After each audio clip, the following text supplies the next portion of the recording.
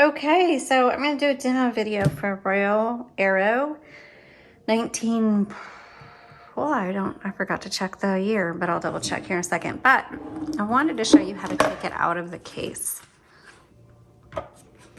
Okay, so on the Aero, this one, it's got 4 locks, 2 on each side in the front, 2 in the back.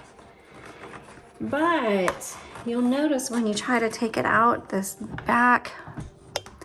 back leg is still not going to release, and that's because there's a release lever right here that releases that final leg. Hold on. There you go. So you actually have this release lever and then the 4 levers here. Okay, I'm going to move this and we'll do our demo video.